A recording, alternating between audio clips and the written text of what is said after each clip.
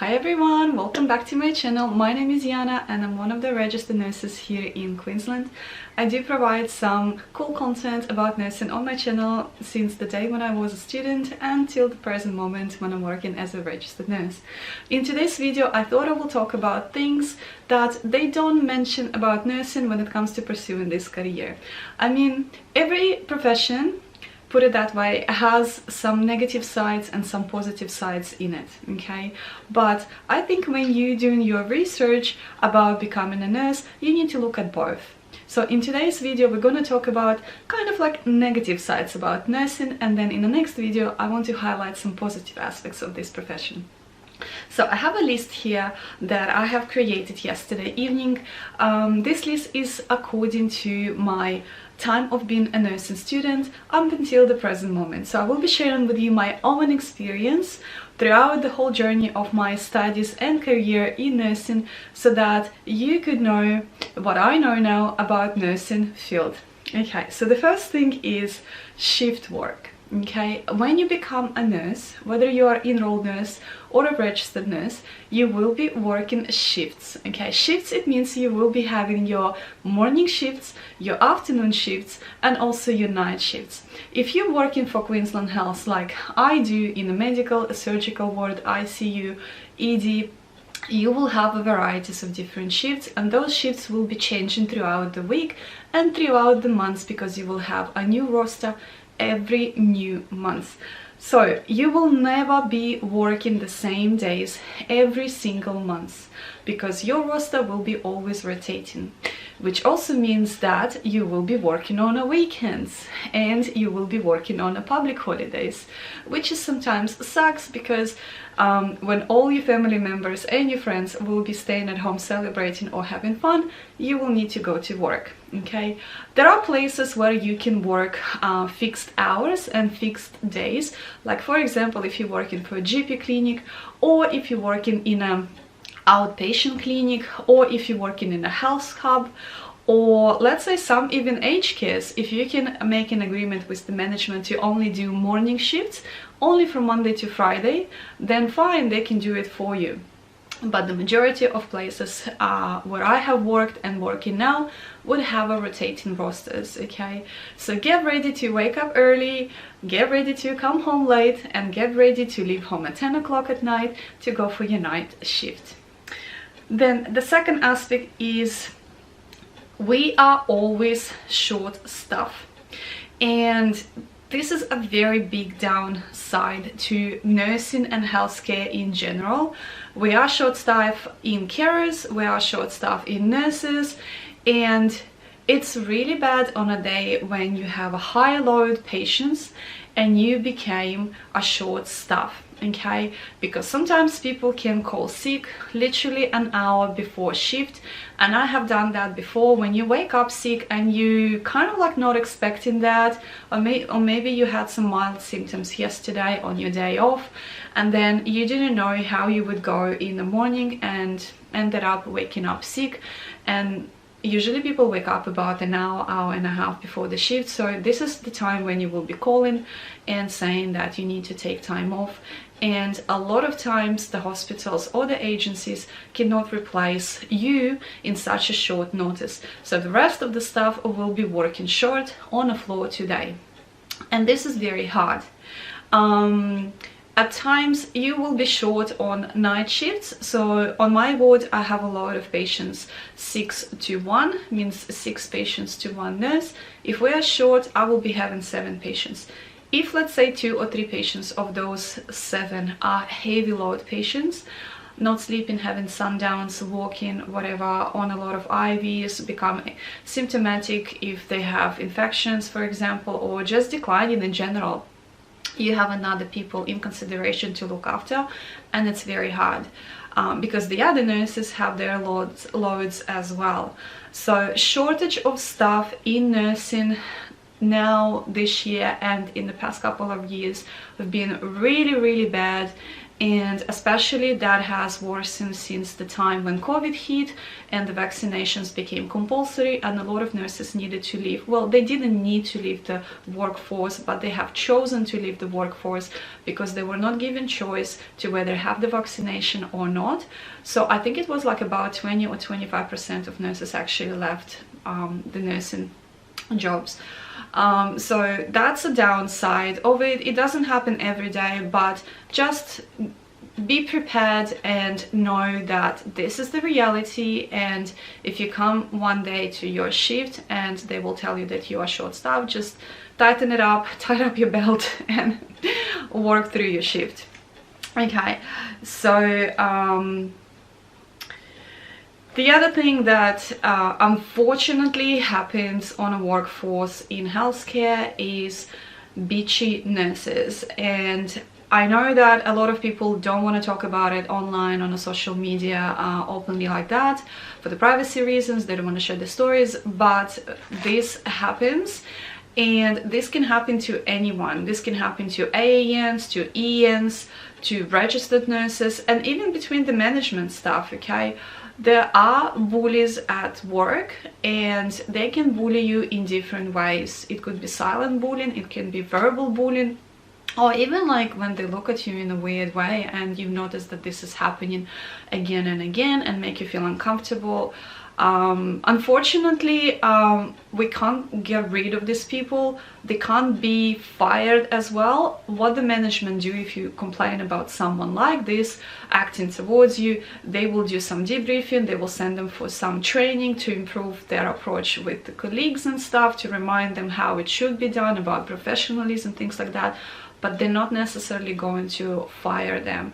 So expect that you will be working with some bullies on a regular basis, unless they decide to leave the profession or move to a different ward, or you decide to relocate yourself because you can't stand it anymore. But that there should be zero tolerance to bullying. If someone is bullying you, if someone's speaking to you inappropriately, if someone's shaming you in front of other colleagues, if someone just have been rude to you during the lunch break, or somewhere even privately in the corner of a ward, you don't have to let it go. Don't wait too long though. Just go and report to your manager of the unit, to your NAM or to your supervisor. If you are a student, a nursing student, you will have your facilitators with you. I've heard a lot of terrible stories where nurses were bullying nursing students. Poor nursing students, they have limited knowledge, they come to learn, they're already terrified and freaking out of everything new that they're gonna experience. And then on top of that, they get bullied by the other nurses. And it's not necessarily senior nurses. I had stories of the nurses that I knew and the students that I've been studying with, that they were bullied by someone who is even a grad. And you like would think of, if you're a grad, you've been just a student less than a year ago, and like, why would you even bully someone who is a student, same as you've been not that long ago?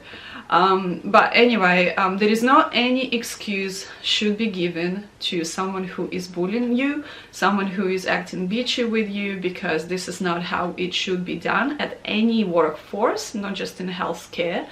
And we all need to work as a team, okay? So you need to report those incidents as soon as possible. I had actually an incident not that long ago. I was talked quite rudely and in front of the other colleague of mine by the unit manager of the different ward where I don't work, but that ward is just beside my ward, and I needed to go there to pick up some items because we were out of stock. And I didn't find any nurses at the nursing station, but there were lots of doctors, physios and the admin. And then I found one nurse, but she was a manager of the unit, and I knew that she was a manager of the unit, but I was kind of in a rush that day and I had a septic patient. I needed to insert the IDC so I could take a urine sample to send it for the septic screening. And I went to that ward, and just really quickly, like the first person who I saw standing there in scrubs, that person was wearing scrubs, which is dark blue scrubs of registered nurses. I spoke to her and I've asked her to give me some stuff, to borrow some stuff from the ward, and she spoke rudely to me about my appearance, and I did not like that. She did not say hello back to me or anything like that. The first thing, she threw into my face comments about my appearance, okay? And that just happened quite loudly, in a loud voice, in front of all the doctors and physios and admin that was just standing beside us in the nursing station. I was shocked, but because I was going through so much that shift, I said to her, I will deal with it later. I just need to get this item because my patient is declining and I need to continue with the septic screening. So she went and she gave me the item, and then she said, well, when you come next time on my ward again, you have to apply by what I just told you.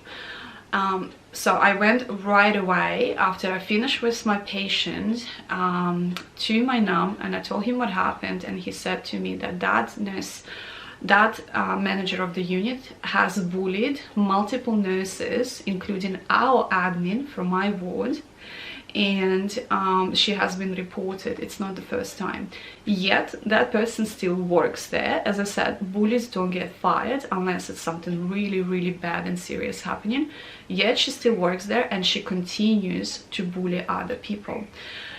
A lot of people don't like that manager, and they have a very big flow of nurses going through that unit because nobody want to stay there, okay? Whereas on my ward, nobody pretty much leaves unless people want to go to have a different experience in the different areas of nursing. But that ward always have a big flow of people just leaving the ward, which explains why.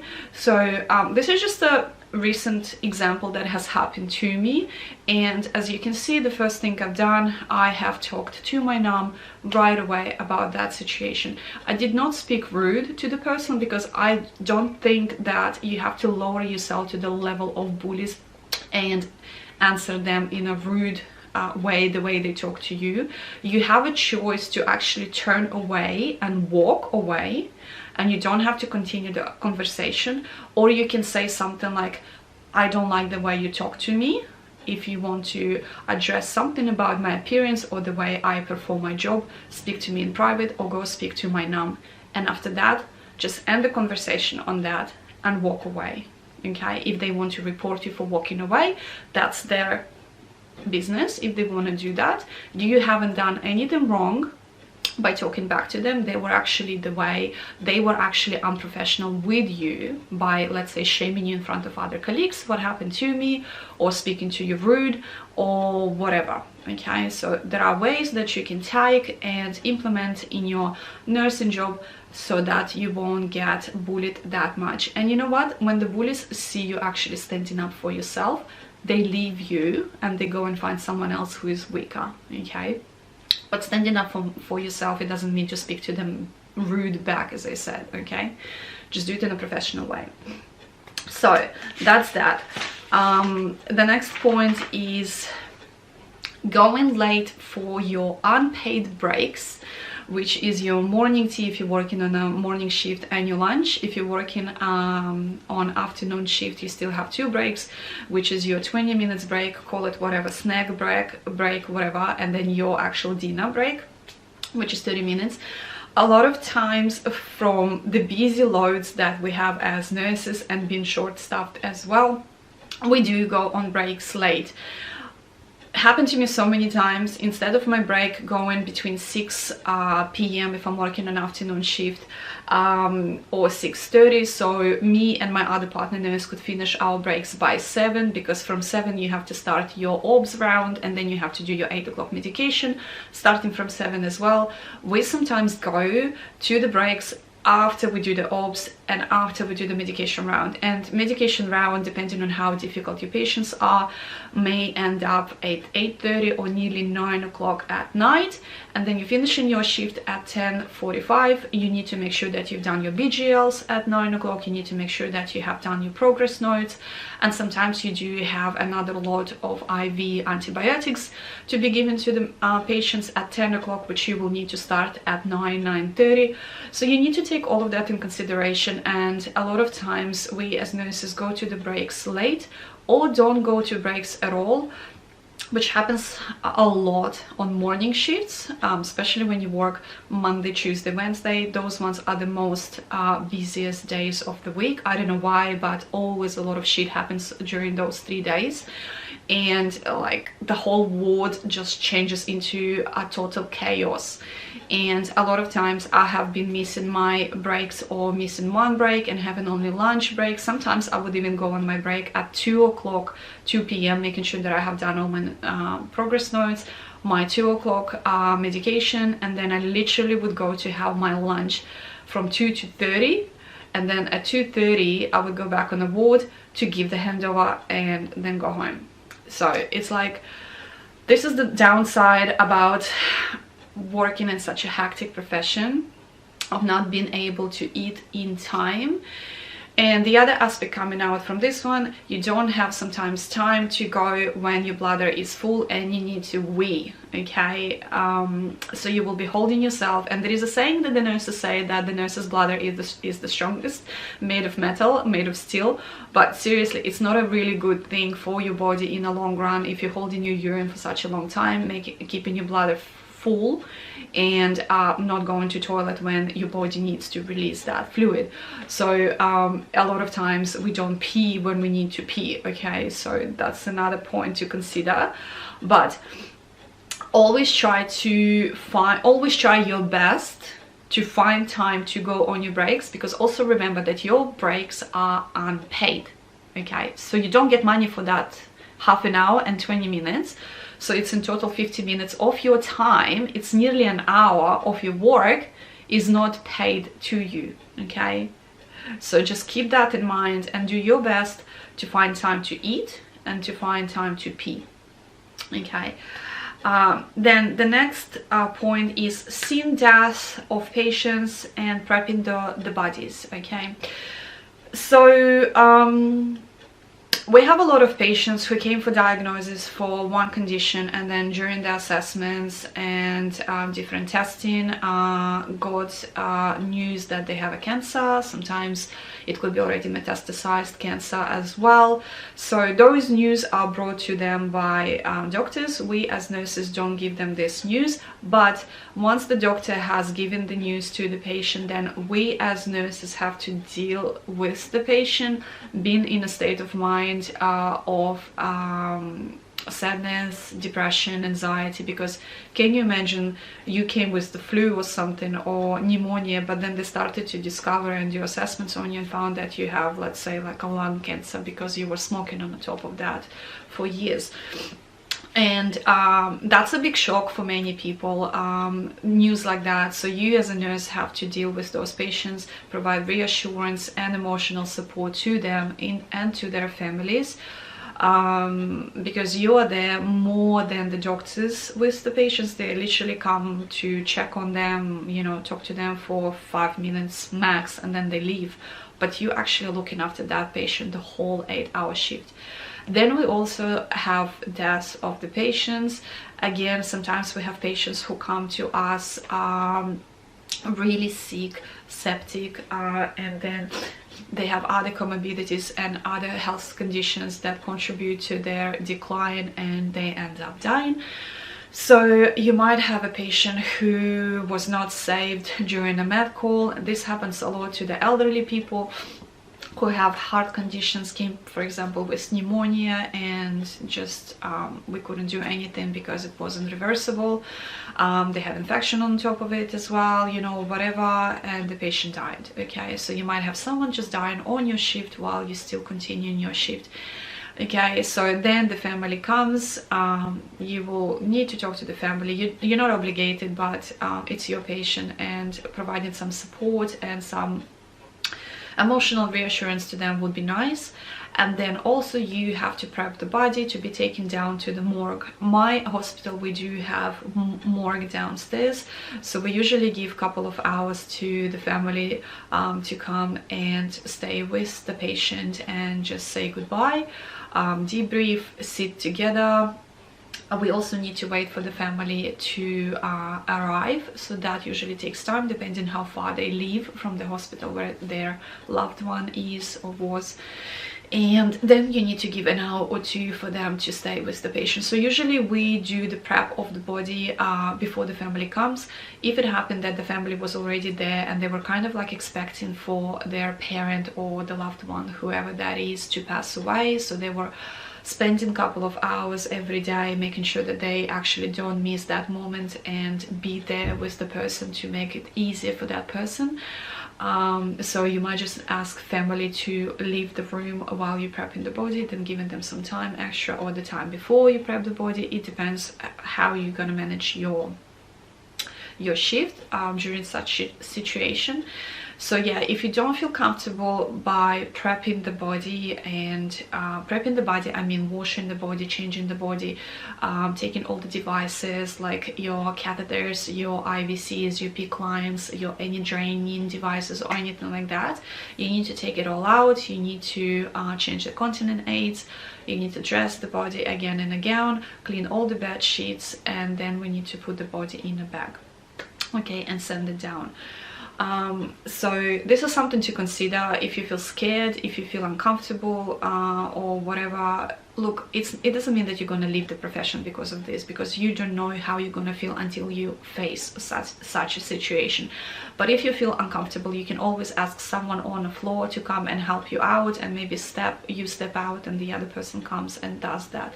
Because we're all different, we never know how we would react to certain situations, as I said, unless we face it, okay? So it's nothing wrong if you face the situation and you found yourself unable to continue, okay? Because some other things other nurses can't stand or tolerate, but you can. So you can go and kind of like replace that nurse and do things that she can't tolerate, but then in this situation she can come and help you.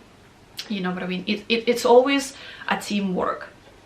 Okay, the next point is, if you're a girl, forget about jewelry and pretty nails, makeup and bright hair, because this is something that in nursing job you can't have. Like you saw me multiple times probably having longer nails, because I do work in gloves, but in general, and I don't have tip nails, it's my real nails, but in general, if the auditing comes, or if you are a nursing student and your facilitator comes and sees that you have nail polish on your nails, if your nails longer than ½ centimeter, they will obviously tell you to take it off next time, or trim it, whatever. I work in gloves, so I do sometimes have long nails. Like now I have short nails, but yeah, nails is something that you're not allowed to have. And as a girl, as a woman, we don't have only our job as our life. We do have life outside the hospital walls. We go to birthdays, we go to parties, we go to dates with our partners, we go to dates with our friends, like a friend dates, I mean, you know, like to have fun together, and you do want to look nice and girly and, you know, have nice nails. So this is a big downside for me as a woman, because I do love to have nice manicure. Then the jewelry, when you go to work, if you have a wedding or engagement ring that has stones in it, you know, like a diamonds or whatever, anything that is not a clear band has to be taken off, and you can't have it during the shift. So like I have a lot of girls who come to work and they need to take off the rings and hang it to the necklace. They don't leave it in a bag. Some of them have really expensive rings that cost a couple of thousands of dollars given to them by their partners, so they don't want this to be stolen or lost, so they have to put it on a necklace and keep it with them, or they just simply do not wear it to the shift and leave it at home, which is kind of sucks as well. Then the bright hair, you can't come in a really bright hair like a pink screaming color or yellow or anything like that. You can't have earrings like that coming to work. Your earrings have to be small. You can't have bracelets, you can't have watches when you go to work. If it's a cold winter day, if you're working during the winter season, your sleeves have to be above the elbows. So if you're cold here, well, just deal with it. Usually wards are not the warmest places, because we can't keep the temperature warm due to the growth of the bacteria in the air, because people come with a lot of respiratory infections, whatever, so we can't keep the area warm for the bacteria to grow, because people will start to get hospital acquired pneumonias. So we can't allow that. So usually the temperature at the hospitals is cold, and if you're working as a nurse, you do feel cold. Okay, so those are those things that to consider. They used to be quite strict with tattoos, but now they are more reluctant about the face piercing, you know. And tattoos, like you still have your tattoos on the neck or on your arms. If it's showing out of your uniform, it's okay. If it's something that is offensive, like a middle fingers or like F words or something on your skin, then they ask you to cover it. But if it's like normal tattoos, that's fine. Okay, coming from here, talking about bacteria, as a clinician in general, whether you're a nurse or a doctor or whoever working in a healthcare environment, including hospitals, you will be exposed to lots of germs and bacteria, okay? And this is unfortunate situation. Sometimes you might have someone having positive MRSA and it hasn't been actually found out or assessed or diagnosed before you touch that person, okay? Because the person came with one condition, but that they found out that they actually have an active MRSA. And if you touch that person with your skin, it could be that you got it as well. So it's quite dangerous sometimes. So that's why I always work in gloves. It doesn't matter what condition my patient came with, I always work in gloves, okay? Because there are things that usually get discovered later on in most of the cases. And it happened to me before, and since then I'm like, no way. I always put my gloves on, even if I'm doing OBS, okay? Patients don't get offended by that. If you're wearing gloves all the time, even if you give them medication or whatever, it's fine. They don't really care. But yeah, and always use the sanitizer, always wash your hands. Then if you heard that some of the people on a ward got influenza, and that could be relatives who come to visit the patient, that could be your co-workers, or if you had like a influenza patient on your ward, make sure to wear mask on the same shift. Once you found out about that, make sure to wear mask the next couple of shifts, because that could be transmitted to other workers that you work with, and it takes sometimes a day or two for them to develop symptoms, you know. So always take precaution, and it won't hurt if you put a surgical mask on and work through your shift in a mask, okay? And just be careful in general, follow all your hygiene rules. You will be taught all your hygiene rules from your university or college when you're doing your nursing degrees. So you will know about it before you even stepping into work as a nurse. So just follow that, because at the end of the day it is important. Do not neglect it, because you never know what you will catch during your shift. Okay, the next one, burnouts. Burnouts are very common in a nursing career, sometimes from the realization that you earn good money in nursing, you want to pick up more shifts. Okay, some people get excited about the income.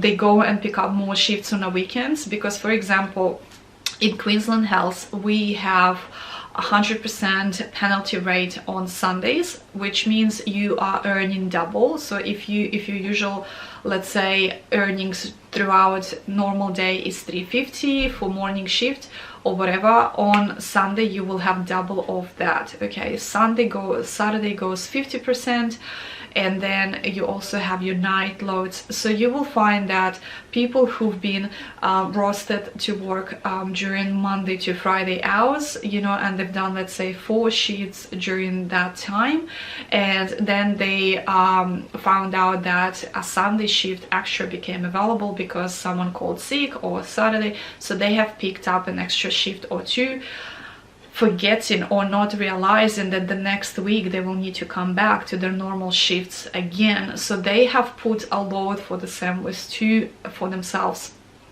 of 2 extra shifts, plus if they want to pick up next week extra shift, they do that as well. I've seen people do this on multiple occasions in a week time they overwork by like 10, 11, 12 shifts, and it's crazy. While the normal hours of a person to work and feel okay is from 38 to 40 hours a week, we as nurses end up working more if we're picking up extra shifts. And you might not feel that at the beginning, but after a couple of weeks of picking up extra shifts like that, because the money are so good, or because maybe you are saving for something to buy or whatever, you will end up burned out. And then what you will have in the end, you will call sick because your body won't be able to cope. You will lose the money if you don't have enough of sick leaves, so you will end up losing the money in the end. Secondly, you will also like not be there for your team as well, because you've burned out, so you will make them short staff. And also there is a risk of you doing a medication error while your brain is tired, your body is tired, but yet you need to come to your normal rostered hours, not the extra shifts, but your rostered hours, and perform your duties because this is your normal roster. And you come with the foggy brain because you are tired, you sleep deprived. You can easily make a medication error and lose your license, because someone will be in harm because of your error. So you have to be really careful about that, and just be mindful that yes, the money is really good, but you also need to take care of your health for your own safety and for the safety of your patients. Okay. The other thing, which is kind of funny, but it's true, you may get yelled by the doctors, okay? Generally, I find that the doctors who are a little bit snobby and may talk to you in not a very nice way are those ones who are elderly, over like 60s, 70s, who are still in the profession. They've seen it all, they have lots of experience behind their shoulders, whatever, but they're the rudest one. And maybe because they think, because they are so experienced, you know, and so respected by other doctors for the knowledge that they have gained throughout so many years of working as doctors, they think that they are entitled to talk to someone who is less experienced than them, or lower in a career ladder in a way that they do, okay? But even if the doctor talk to you like that, we always have director of doctors, director of nursing in a hospital who you can complain to about a particular doctor. It doesn't matter if you are a nurse and he or she is a doctor, that they have rights to talk to you in a way they talk or yell at you, okay? There is no any excuse or reason they can give you justifying their yelling, okay? So just remember that. But unfortunately, a lot of newbies, a lot of grads, a lot of students, you know, just swallow the whole situation and stay silent about it, scared to report it, thinking that who am I and he is a doctor. No, it doesn't matter what level of career he is or she is at, okay? They should not talk to you or yell at you in the way they would, okay? So just remember that. But yes, this is the reality and this has happened. Okay, the next aspect is nursing school is super hard and you should forget pretty much about your life, okay? So this is going back into nursing studies, because I have done Diploma of General Nursing and I have done Bachelor of Nursing Science, okay? And I've done them one after another. And I can tell you honestly, nursing studies and load sucks. And my friend now, she's doing her Diploma of General Nursing, and she says it's even more difficult than it used to be for me, because I was looking at her assessments and I was comparing it to my assessments. I was helping her a little bit with her assessments and stuff, and we compared, and oh my god, holy cow, it's like, it's so much more complicated than what I had before, and it's so freaking confusing as well. So yeah, like, your nursing studies, they are hard, I remember when I was doing mine, I was doing full-time my college and then full-time my university. 3 years and a half, I had no life. For 3 years and a half, guys, I had no life, okay? All what I was doing is just constantly studying, researching, and writing my essays and my assessments, okay? And then going to pracs and picking up extra shifts because I was working as a casual AN and then a nurse before I went to work as a registered nurse at Queensland Health. It was a constant studies and pracs in different hospital, in different wards, and I literally had no proper sleep, no proper life, and on top of that, lots of anxiety and stress because I always needed to submit my assessments and my essays in a particular dates that would be set up by the institutions. It was super hard. I had so many sleepless nights and tears spent during my nursing studies that, yeah, I mean, like, sometimes I feel like I miss it because I had good times as well, and sometimes I feel like no way I'm going through this again, okay? Then the next point coming out of this one is the free labor during your nursing placements, okay? Just put it in mind that when you will be doing your ENs or your RNs degrees, you will need to go on a placements every single semester. I think it's like 740 or 50 hours that you need to complete during your EN. Maybe EN is 600, I can't remember now for sure, but I think it's in between 600 to 750 hours you need to complete during each degree of your placement hours to be able to apply for your registration once you finish your studies, okay? So not just you need to also pass your assessments, your subjects and everything, but you also need to complete those hours in your placements in order to apply for registration upon completion of your degrees. And these placements, they are labor fee, okay? They are labor fee. You don't get paid for it. You just literally go for the whole months of clinical placements for free. And not just that, during these months of your placement, if you are a casual worker somewhere while you're doing your nursing studies, you won't be able to go to work during these months. So you have to leave your job, take a time off for 1 month.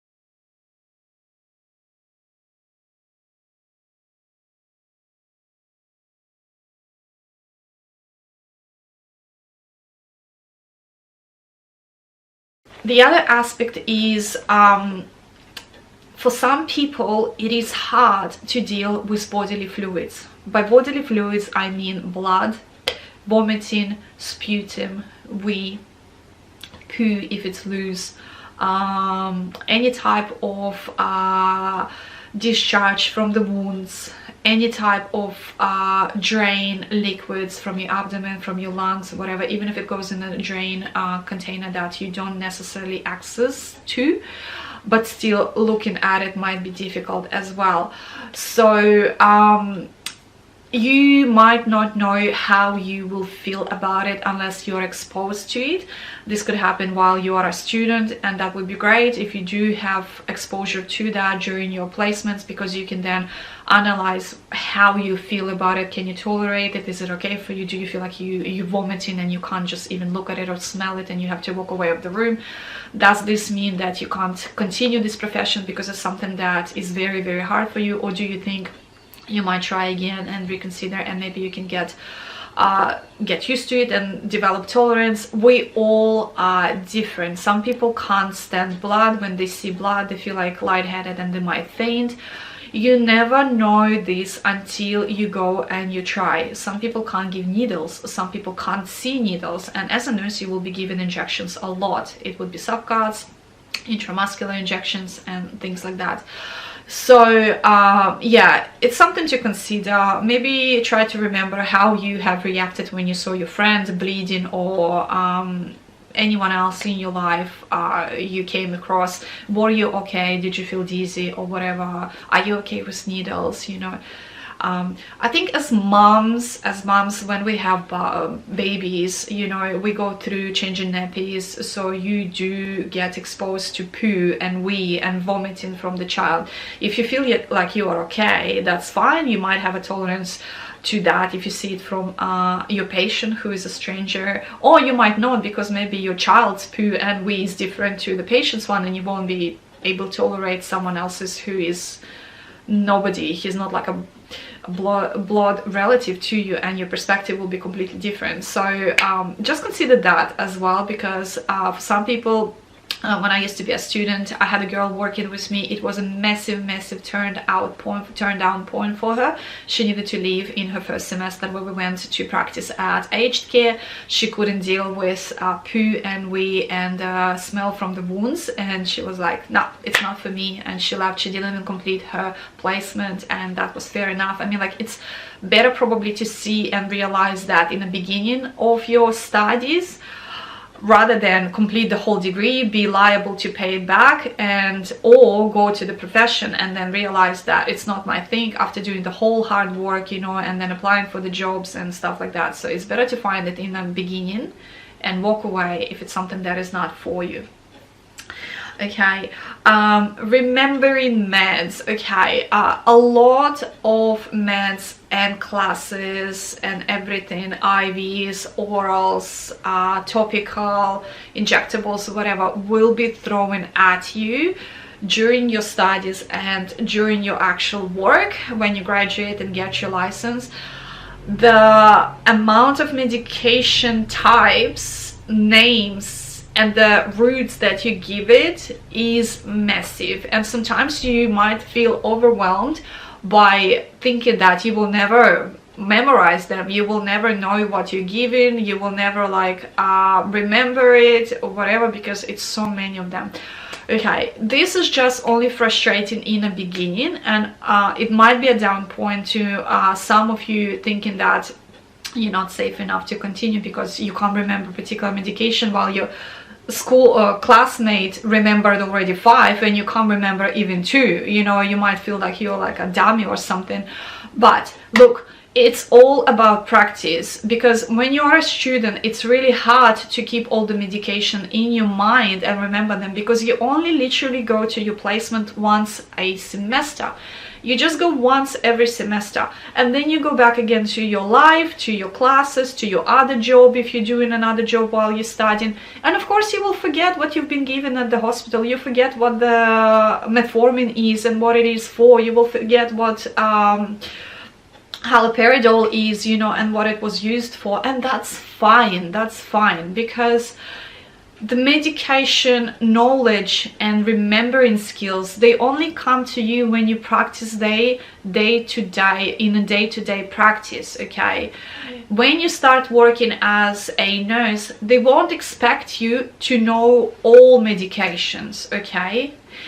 All what they want you to do is to know what you're given. And I have a video about me suggesting to you ways how to find out in an easy professional way what medication you are giving to the patient, what it is for, and things like that, what its indication is.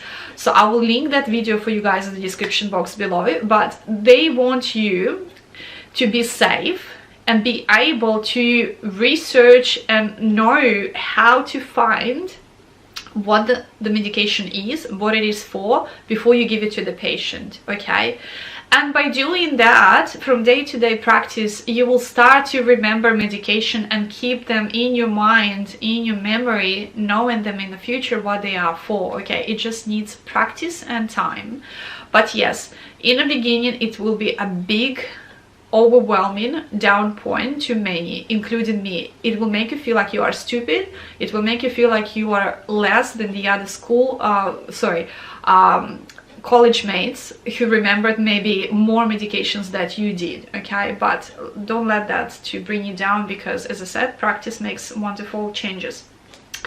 The other thing is patients who have dementia and your code blacks, okay? This is very common thing on all wards. A lot of people say, oh, ED is the worst because you have a lot of people who come overdose there, a lot of people who are suicidal patients, they come like really aggressive, they can turn against you anytime unexpectedly, might bash you, might hit you, might push you, whatever.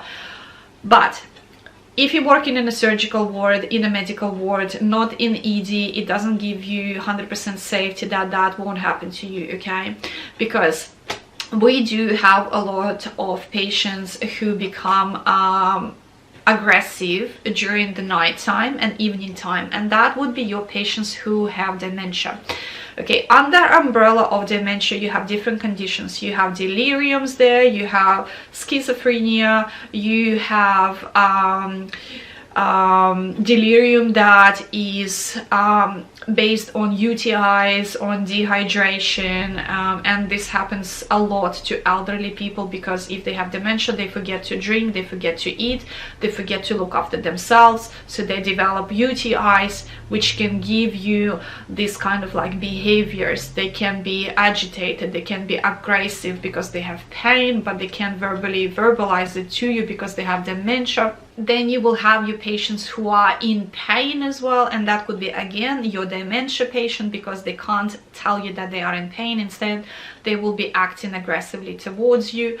And also you will have people who came to your ward to get better from the ED, but then they want to leave and they might speak to you rude. Or some people might not want treatment and speak to you back rude again. Some men may swing their arms at you, you know, or whatever. So you don't have to tolerate this behavior. You can always press the button for the security to come, for the code black. But these things happen, and unfortunately nursing is such a career where you will be exposed to dangerous situations when patients may be verbally aggressive towards you, and also physically, okay? We always have security on site. On my ward, I don't have security always on the floor, but they always 2 minutes away if you press the call black button. If it's an emergency, we always have a security people there, okay? They always on the floor. At least 2 guys will be sitting on an actual ward floor if you need any help. And I've seen cases when I had intoxicated patients coming into ED when I used to practice there. We had intoxicated patients, we had patients who've been overdosed on drugs and alcohol, and they would come in a state where they're like semi-conscious pretty much. You need to give them a lot of fluids and everything to bring them back again, because they would be severely dehydrated on the top of what's happening already. Once they become alert, this is when they start to even hit you. Like, I've seen a nurse flying across the room. because she came to do the obs on one of the patients who came from alcohol overdose, not an overdose, but like the person was severely dehydrated and like drunk to the point that it was like we couldn't even talk to him. He was like out of it completely. So we gave a lot of fluids to that person's stuff, and when the person started to get better and she came to do his obs, he woke up like he was fully alert, and he just hit her in her chin and she just flew across the floor. So like things like that sometimes you can't predict and expect, especially if the person is sleeping and like you don't know what reaction you will get from the person like that, you know what I mean? Same goes with people who have dementia. They have something called sundowning. When the evening starts, the sun is going down, they start to have these behaviors. They will start to wonder more, they might become more confused, and as a result of that, aggressive towards you. They might push you, and they might talk to you rude, you know. And if it's a dementia that is based on alcohol abuse in the past, those are the worst in my opinion, because people who've been abusing themselves with alcohol and then they have dementia as a result of it as well, in an elderly age, oh my gosh, they are very aggressive, especially if it's a male. Like you have to be really careful, really careful. I used to work in one of the aged care facilities, which was my first facility to work in since my first placement as a student, and we had a guy there. He's been an alcoholic for most of his life, and then he ended up with dementia, including delirium, and he has schizophrenia as well. Like if he would see any shadow or any dark spot on the floor, you know, it would be already like a crazy moment for him, you know. He would get agitated and aggressive, and if any of the residents would come near him, and because it was a lock-up unit for people who had dementia, they would all be wandering like zombies pretty much. If anyone would get near him while he's already in a triggered, agitated state, he might hit. And he was a massive big guy, like physically nothing was wrong with his body. He was fine. He could like literally lift weights if he would want to, if he would be mentally okay to do that. So physically, if he would hit someone or push someone, like you might break your bones, you know. If you're a little Kara, or if you're a little Doris, whatever, a little lady living in the same facility with him in that unit, like, you know, and you walk in near him and he is like half size bigger than you, you will be flying across the room. So that guy, after multiple incidents of harming residents and harming staff, he twisted wrists of one of the girls that I used to work with, and one arm was broken, the dislocated wrist, and he was moved out of facility. He was moved, I think it was a Pine Rivers mental facility actually, and then he died there after 2 or 3 months, I've heard, after that.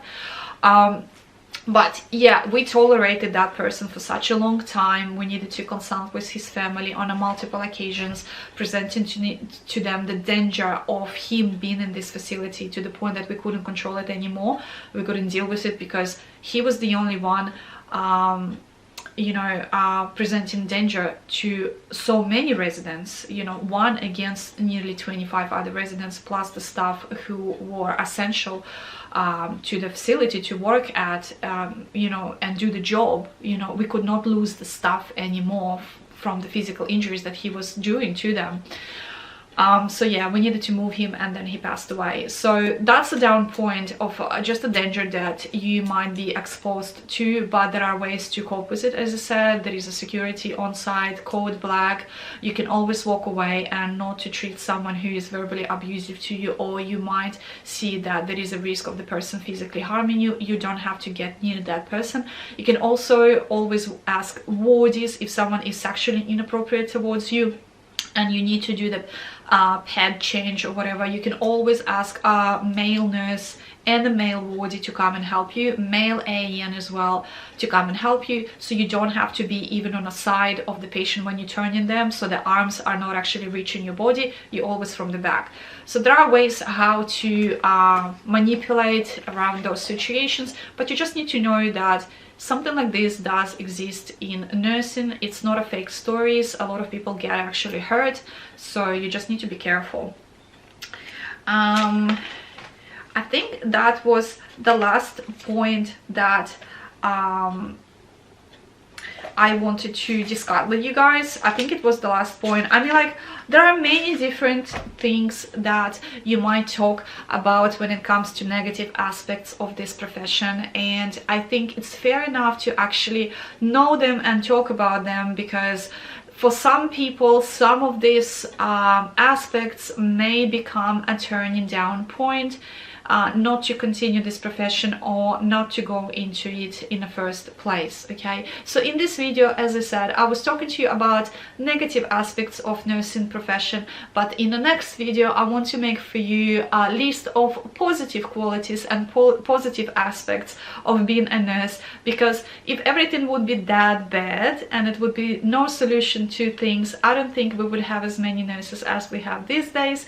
So I want to share with you next time more positive approach to this profession, and tell you why I love to be a nurse, even in disregarding everything I have just told you in this video. So if you have your stories to share, if you have your points of view on negative sides of nursing, something that I haven't mentioned in this video, because as I said, I was just sharing from my experience, please leave them in the comment section below. I want to discuss this with you guys. I want the other people to see it as well from your experience and your point of view, because we're all a big community on my channel and we do share knowledge and information with each other. So please feel free to leave your comments down below this video, and if you do like my content, please subscribe and put thumbs up to this video, because this does help massively to the algorithm of YouTube to share my videos with more audience. For now, thank you for watching, and I'll see you in my next videos. Bye!